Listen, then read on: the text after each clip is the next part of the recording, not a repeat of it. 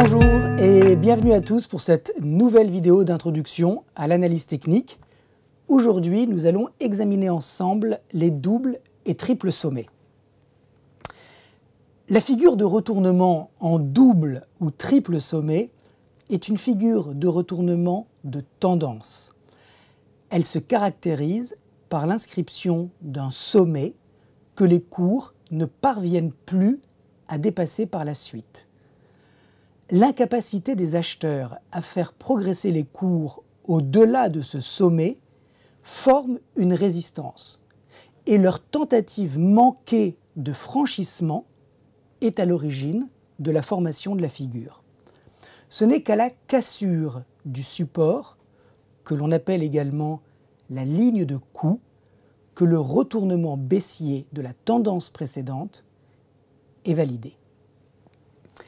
En général, les volumes sont plus importants sur la formation du premier sommet que sur le second.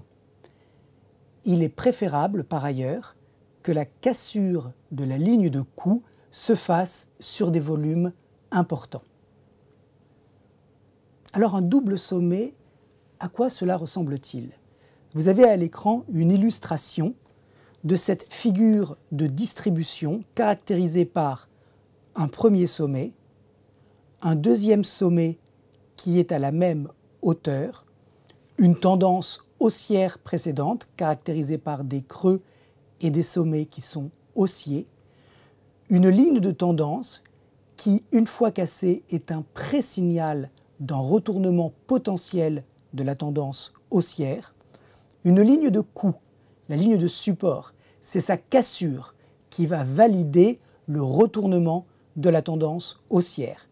Une fois enfoncé, cet ancien support devient nouvelle résistance par le truchement du principe de changement de polarité où vous voyez un pullback se faire et s'arrêter sur cette ancienne zone de soutien. Concrètement, sur Galp Energia, vous voyez à droite de l'écran un double sommet caractérisé par deux tops qui sont chacun dans le voisinage des 18 €. Le creux qui sépare les deux sommets est à 17,25 €. Il a été enfoncé de manière décisive, validant ainsi le retournement potentiel de la tendance haussière précédente. Comment calculer l'objectif minimum que peut produire un double sommet? Eh bien, vous prenez la hauteur du double sommet de son point de clôture, ou si vous le préférez, des mèches hautes, jusqu'à la ligne de coup, et vous projetez cette hauteur à partir du point de rupture. Vous le voyez, la baisse est beaucoup plus importante, car la hauteur du double sommet est un objectif minimum. Mais si la figure retourne effectivement la tendance précédente, les cours peuvent aller sur le point d'origine de la tendance haussière qui précède la formation de la figure.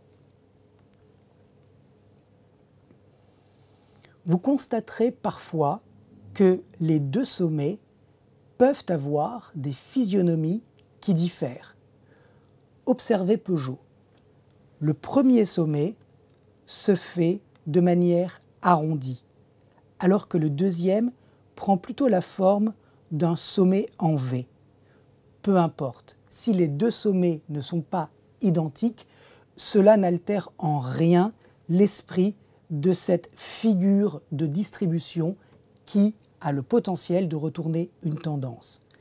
Ici, sur Peugeot, vous voyez que le franchissement de la ligne de coup provoque une accélération baissière importante qui dépasse l'objectif minimum donné par la figure. Pour terminer, nous allons examiner ensemble le triple sommet. Alors vous devez savoir qu'il a toutes les caractéristiques que possède le double sommet, sauf que, comme son nom l'indique, il a 3 sommets au lieu de 2. En fait, on pourrait dire que le triple sommet, c'est une tête-épaule ratée, puisque le sommet central n'est pas plus haut que les deux sommets qui l'entourent.